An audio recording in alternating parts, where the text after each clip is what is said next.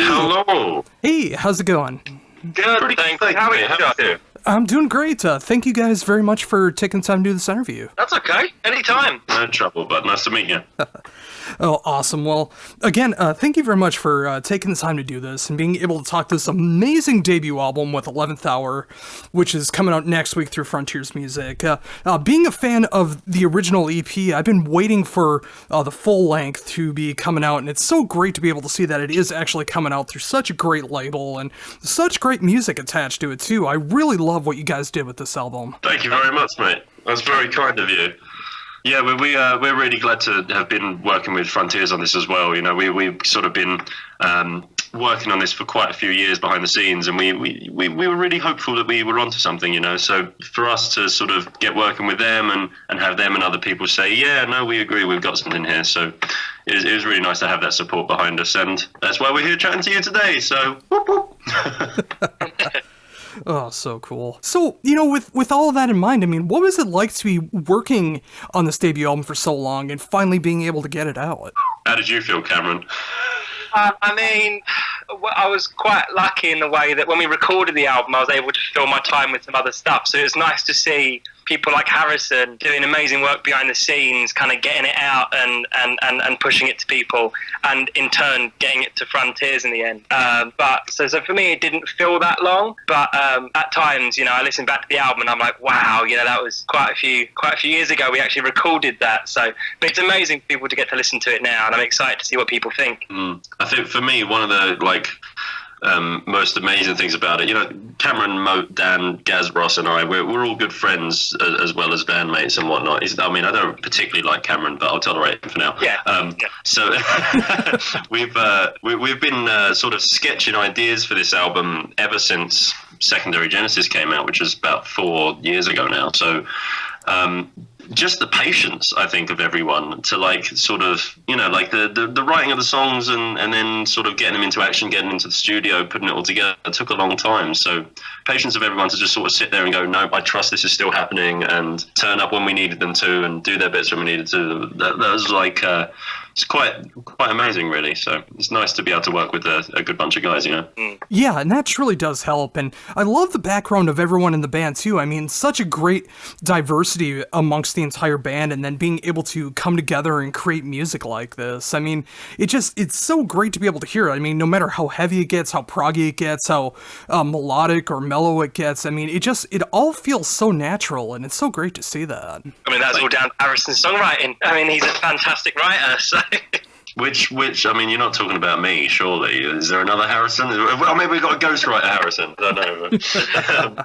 No, I mean, like, the main thing is that everyone in the band, no exceptions, loves, like, a wide selection of music, you know, and we're not all just metalheads or prog heads. We all love that stuff, obviously.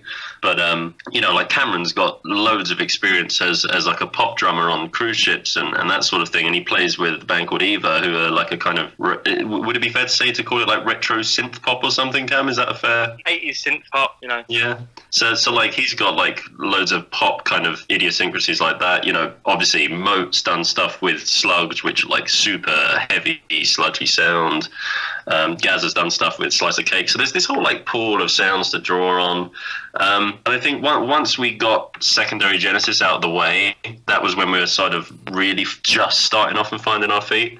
We sort of, at that point, knew who the members were going to be for the next album. So when I was sort of starting out with the song ideas, I could really write specifically for those members, you know. So I knew from day one, we can definitely do some spoken word and some poetry stuff, because there's really no one, I personally, you know, I'm biased, but I don't think there's anyone in the genre that can do spoken word like Gareth can. So I thought it would be totally absurd not to put some of that in there.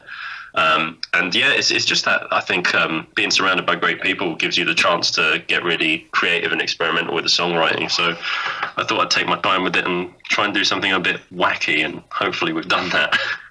Yeah, that's what I truly appreciate about the album too, is like being able to have the influences of being able to draw all the influences from the members of the band, but being able to forge an original sound that goes along with it too. I mean, you know, the fact that you can have something that sounds almost like a mainstream rock song and also like finish off the album with an insane 15-minute epic. I mean, it's just like there's such a wide range that all flows together so well, being able to show off everyone in an amazing light. And yeah, I mean, the fact that you were able to pull that all together with everybody and being able to draw on those influences, it's just so great to be able to see that outcome happen. Thank you, man. I mean, that really means a lot, you know, to hear that is, especially seeing how, you know, the album hasn't come out yet. So speaking to people like yourself a little bit in advance, that getting that sort of feedback that says, oh no, we didn't totally fuck up, you know, great, we did something right. It's nice. But I mean, for me, like it started because I've always wanted to tell stories, and sometimes you just got to think like, what's right for this story or what's right for this song. And so the sort of subject matter that, for example, Disconnected, which is one of the shorter, popular songs, that subject matter, I think, wouldn't necessarily fit a big epic or something. But then something like The Tyrant, which has such like kind of destructive power behind it, couldn't really be done, at least not by me, maybe by a much more talented writer, but not by me, couldn't be done without that kind of weight and gravitas, you know. So I think it's just about trying to, with the palette of sounds that you have at your disposal, what's the best way of telling the story that you want to tell. And luckily we've got a lot of talented musicians in the band who are adept at different things, and so it gives us those tools to try weird shit out. So with that in mind, I mean, obviously being able to have these amazing musicians to be able to use those influences off of and being able to tell these amazing stories, how do you go about actually writing the stories that go along with it? I mean, musically it's amazing, but how do you come up with that lyrically to be able to show off that story you want to tell? It's just a lot of acid, mate. No, I'm joking. I'm joking. It's, I mean, first and foremost, like everyone had their sort of input on all of this. Even if, you know, for example, Ross wrote a good chunk of the lyrics, Gareth wrote the majority of the poetry. But even if someone's like actual words weren't part of the lyrics that made it into it, they were always part of the discussion that shaped it. And there was a long period of time when we were just sort of chatting, you know, just discussing ideas. And I'm a firm believer in daydreaming as like part of the creative process. Whenever I do anything creative, anywhere between the first hour and the first 6 months, I've sort of just spent not putting any like pen on paper. It's just sort of, the idea is just gestating, you know. So there's that, just sort of having the patience to let it grow. But I think there were a couple of songs that kind of instigated the theme before the theme was kind of totally finished. And there were songs that came first. So like Sundance was one of the very first that I wrote a long time ago. And that was actually before the idea for the 11th Hour came together. But I knew I wanted to include that song. And then bits of Prison Walls were sort of finished earlier on, as was 2259.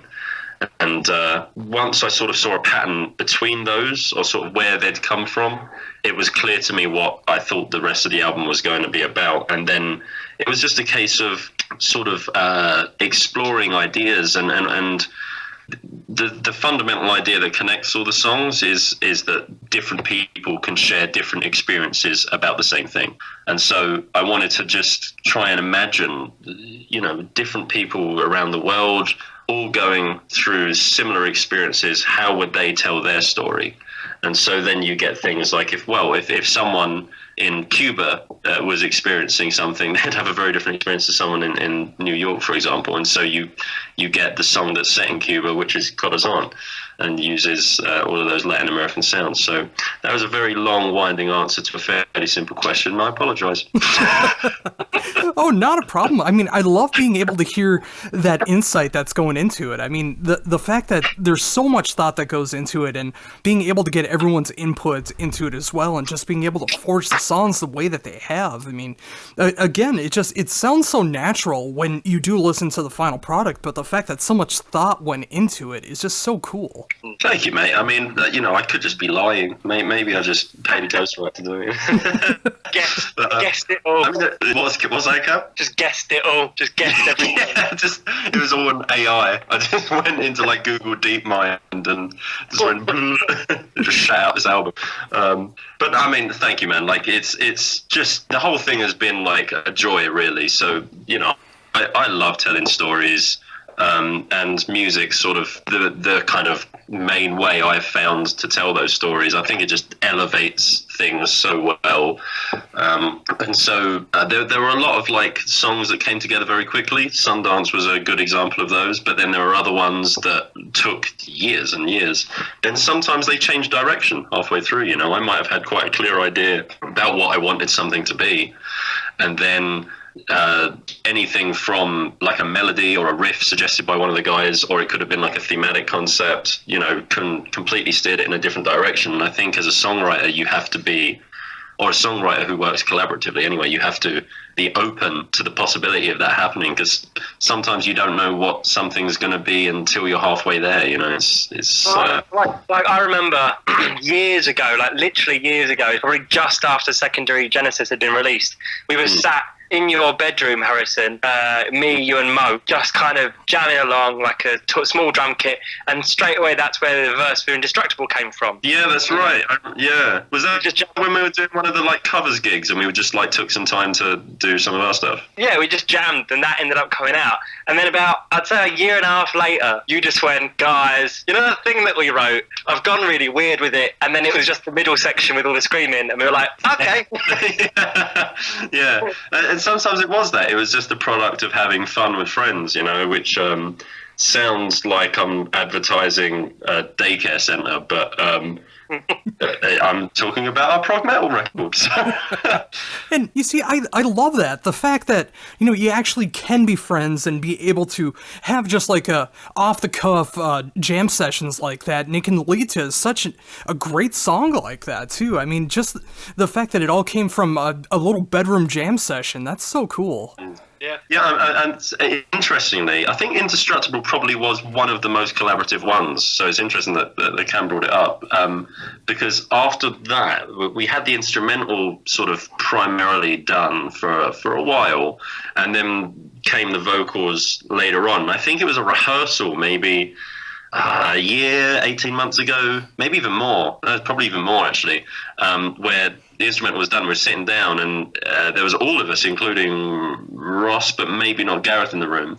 And I just sort of gave Ross a mic. I had a mic. There was another mic in the room, and we were all just sort of like listening to it, and then just recording random little melodies that came to our head. So we'd be listening to it, and I'd just be like da da da da da da da da, and then Ross was like da da da, and it just kind of like grew from that. And then once we had the shape of it, then I could take that information, go back into my little hidey hole, and sort of give it a bit more of a kind of consistent identity throughout, and then give that back to the guys. And then that's when Ross really sort of brought the lyrics to it, and so that was a really fun one. It kind of happened really organically, I think, that one. Yeah, and again, it really shows off the diversity of the album once again. I mean, whether it's something that is completely orchestrated or just comes from a random session like that, and all of it can flow together. I mean, it's just, it really shows the musical chemistry that's going on throughout the entire band. I mean, whether they had their complete input into it, whether they were just playing on the album, whether they were just doing off-the-cuff kind of little moments over a particular rhythm or melody. I mean, it's just like all of that combined together, and then being able to form it together the way that it has, because it honestly sounds like it was an album that was just like forged together with all six of you in a room together, being able to come up with these songs, but knowing that it came up in all these different ways is just incredible. Yeah, so some of the songs were definitely more Harrison in his hidey hole, kind of just sat there like a little, songwriting gremlin, and just stashing away until he gets the finished product. Not finished product, but they're there or thereabouts. Whereas, like, as you say, Indestructible, that came from just us in a room. Disconnected, that first guitar thing, that do beep beep, that was a warm up Dan used to do. And I just went, I think it was me. I went, I really like that. What is that? And then Harrison went, I don't know. Let's jam it. And we just started playing stuff around it. Yeah, and it went in that's another example of where it went in a totally different direction, because the way Dan visualized it, I think he visualized it as a kind of King Crimson-y sounding, like liminal thing where it just sort of the timings in nondescript, so it was like and had all these weird accents. And then me and Cam just sort of looked at it and we were both like, no, it's in 4. And it was just like, I was like, brilliant. Okay, it's 2 chords. We've written a pop song. Who are we? Coldplay, whatever. Let's go make some money. And then that was Dan's warm up. Before we nicked it, that was his warm up, like to get his hands working. So now he has to come up with a different warm up so he can easily play that on stage. Yeah, I mean, or he can just quit the band. we can hope. We can hope. Yeah, we can hope. And speaking of that as well, I mean, it's awesome to see that coming up that you guys are going to be having a show to be able to represent this album. And it looks like it's just a completely stacked bill that you got opening for you guys. I mean, it just sounds like it's going to be an incredible night. Yeah, man. I mean, they're all going to blow us off the stage and we're probably just going to not play because, why would you shit on the end of a great night like that? But, we're really lucky, man. We're very fortunate because the 4 bands that we're playing with are great, but they're also like all friends of ours. We all kind of grew up in the same scene in the UK. Like Shattered Skies, I think I saw them play about like 2014 or something. Jahan from Tiberius I've known forever, and obviously the ILO guys we work closely with, so they're all awesome. So if there is anyone listening or reading who is sort of London or UK based especially, then come down. It's going to be on the 3rd of April in London. And should be really fun. Yeah, and, again, it's just, I love that it's happening, too. Even though it is a little bit off from when the album is coming out, I think that's enough time for people to really digest the album when they haven't had the chance to be able to check it out like I have. And obviously with you guys being able to record it and rehearse the songs, I think a month's time, roughly, is a good amount of time for people to really start to appreciate these songs and want to be able to hear them live. Yeah, I mean, I would love to be able to say that was a really deep thought process where we're thinking about, what's our relationship with the audience. But honestly, it's just because Ross is on tour in the States and that's when he gets back. Oh, yeah, and that totally makes sense. And actually, Ross is coming by me in a couple weeks, part of the touring that he's doing, too. And, it's so cool to see that you guys are still able to do everything else that you're doing as well, and then being able to help promote this as well, too. I mean, I love the fact that there is enough time between everybody to be able to go out and play shows and give this the proper promotion it deserves. Yeah, I think this is quite important for everyone. I mean, we put years of our life and loads of money and blood and sweat and tears and arguments and everything, and even more fluids into this thing. So, so to be able to kind of finally be at the position where, and as I said with Frontiers as well, like they've been fantastic.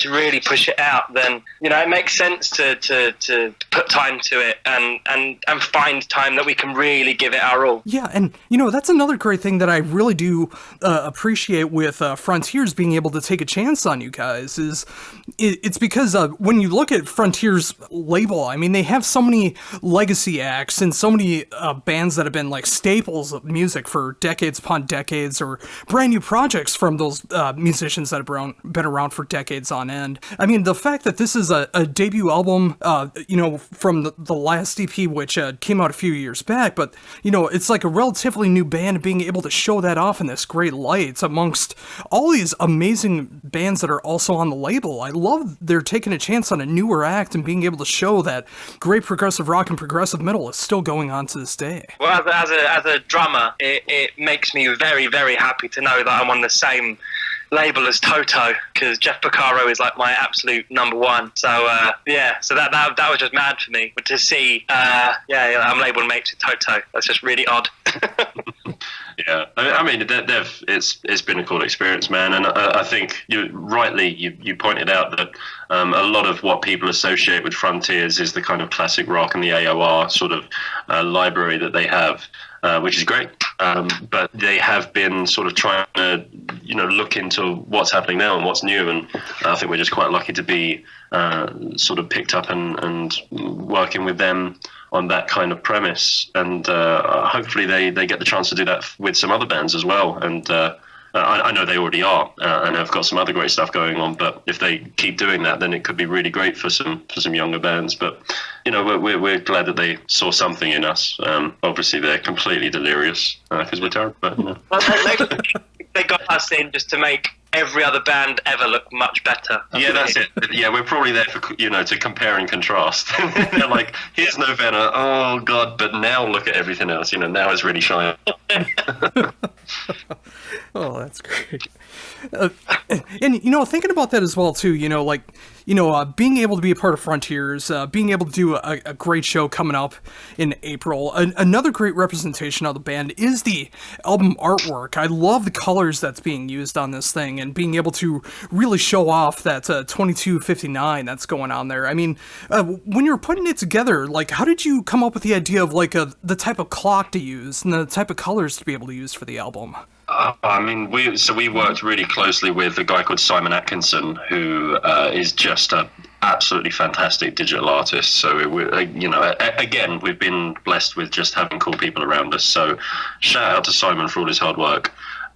He and I basically, the way it kind of worked is that like we as a band would chat privately about our ideas, and we'd kind of come up with ideas of how things should look. But when we're having those conversations, it's never really concrete. We're not saying it should be blue and it should be this big. We're saying, oh, maybe something that evoked this, and maybe it could use this image. And what I'll do is I'll try and like collate everyone's ideas into something sort of a more single idea, and then share that with whatever expert we're working with at the time. In this instance, it's Simon. And then I think the best thing you can do is really to put trust in them. They know their craft better than you do. So to just say, here are our ideas, and this is why we want it to say a certain thing, and what does it inspire within you? And so Simon quickly came back with sort of 4 or 5 options that would sort of represented what the general aesthetic would look like for the album. And we kind of picked between them, and then we just sort of sent ideas back and forth, what if we change this? What if we change that?